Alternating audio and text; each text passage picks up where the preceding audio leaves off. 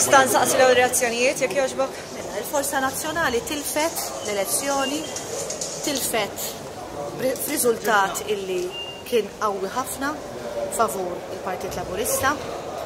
Għandna poplu illi jidher li maqsum fuq kif għandu jirnexxa il-pajjiż naturalment, però għalkemm huwa poplu maqsum dal-ġranet tal-elezzjoni, naturalment aħna minn għada rridu nkunu dak il-poplu illi faqda sħiħa qed jagħmel suċċess u qed jirnexxi.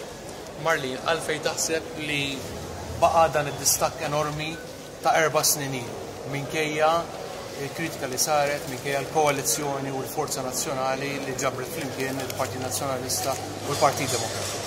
Mela, l-ewwel xogħol fejn jidħol il-Partit Demokratiku li huwa partit li ilu biss 9 xhur imwaqqaf inħossu li għamilna suċċess. Għaliex għall-ewwel darba ħajkun hemm deputati tat-tielet partit x'aktarx fil-Parlament ukoll. Fil-minaħa tal-Partit Demokratiku nħossuna sodisfatti bix-xogħol li għamilna u naħtaf l-okkażjoni biex jiena nirringrazzja lil daw kollha illi tawna l-fiduċja nibdew minn hemm. Rigward ir-riżultat ta' din l-elezzjoni, qatt iridu nanalizzaw x'kienet ir-raġuni, forsi hemm ħafna raġunijiet, però jidher li il-poplu li xu tal-korruzzjoni mhuwiex qiegħed jifhem kemm qiegħda taffettwa il-futur tiegħu u ta' wliedu. Għalihom għal ħafna nies jidher li korruzzjoni mhijiex daqshekk ixu importanti illi wieħed għandu jibda l-gvern li wara kollox kif nafu tajjeb, kif esperjenzajna anke fl-aħħar ġranet, mhux biss matul leġislatura għamel ċertu deċiżjonijiet fejn in-nies kien baqalhom iktar flus fil-but, u anke fl-aħħar ġranet, fl-aħħar xarejn nafu kemm kien hemm ukoll għajnuniet biex nsejħulhom hekk lil dawk in-nies li kienu qed ilhom jitolbu l-għajnuna 4 snin u mbagħad fl-aħħar 4 ġranet din l-għajnuna ngħatat. Dr. Forġ, ma taħsibx li kien hemm xi issues li kienu forsi iżjed importanti mill kwestjoni semmejtu korruzzjoni, jiġifieri li kien hemm forsi xi suċċessi tal-gvern jew affarijiet bħal kreazzjoni tax-xogħol, rekord ekonomiku li kienu iżjed importanti għan-nies għax jista' jkun anke l-polls ma rawx ċerta xewqat tan-nies, ċerta xi demografika tan-nies li kienu forsi ridu jagħtu l-approval tagħhom lill-gvern. Bla dubju Matthew, dawn li xhur kollha li semmejt inti affettwaw kif il-poplu vvota.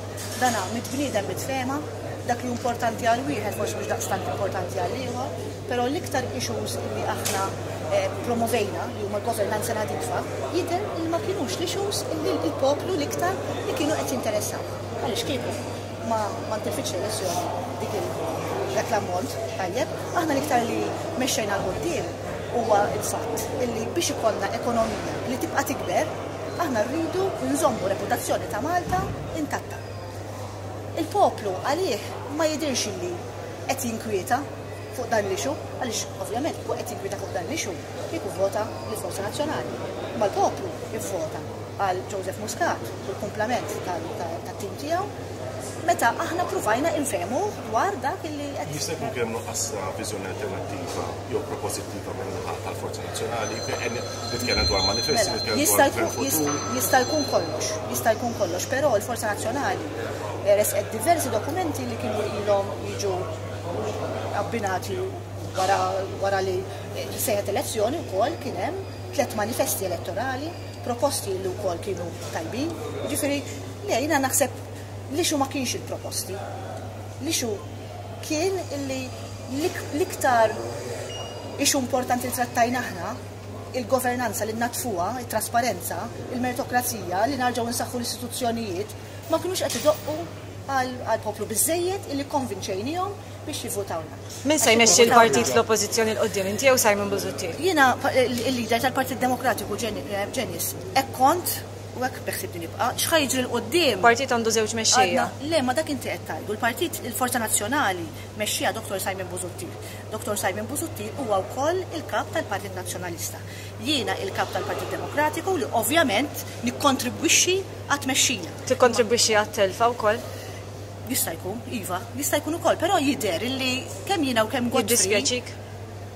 Godfrey jidher mill-appoġġ li ngħatajna li hija xi ħaġa ma stennejtix daqshekk. U ħanibqgħu naslu Malta, u ħanibqgħu nkunu hemmhekk biex insusu fuq il-gvern biex iġipruħu ta' gvern responsabbli. Dak li ħana fil-Forza Nazzjonali intatta u ħatibqa' tagħmel id-dover tagħha ġol parlament u minn ma jiġix elett naturalment anke minn barra l-Parlament. L-argumenti tiegħi huwa jien dejjem nfassar fuq żewġ affarijiet. Il-korrettezza fit-tmexxija, good governance u id-dritt tal-ħajja. Jiena li dawn żewġ affarijiet huma sagrosanti. U għallaqstant jiena min-naħa tiegħi jekk inkun membru parlamentari elett sanħares li dawn l-affarijiet b'skrutinju li tagħtini l-Kamra nagħmilhom. Oppożizzjoni bbażata fuq il-good governance u l-korruzzjoni weret li mhix effettiva kontra l-Partit Laburista. X'tip ta' oppożizzjoni ħatkun biex tkun effettiva? L-ewwel ħaġa, il-bażi tagħna tibqa' illi aħna nirsistu mal-gvern illi iġipruħu bħala gvern responsabbli. Għaliex dina hija kwistjoni ta' in-normi tagħna, x'inhu aċċettabbli għal Malta, l-standards tagħna. Aħna nemmnu illi għandna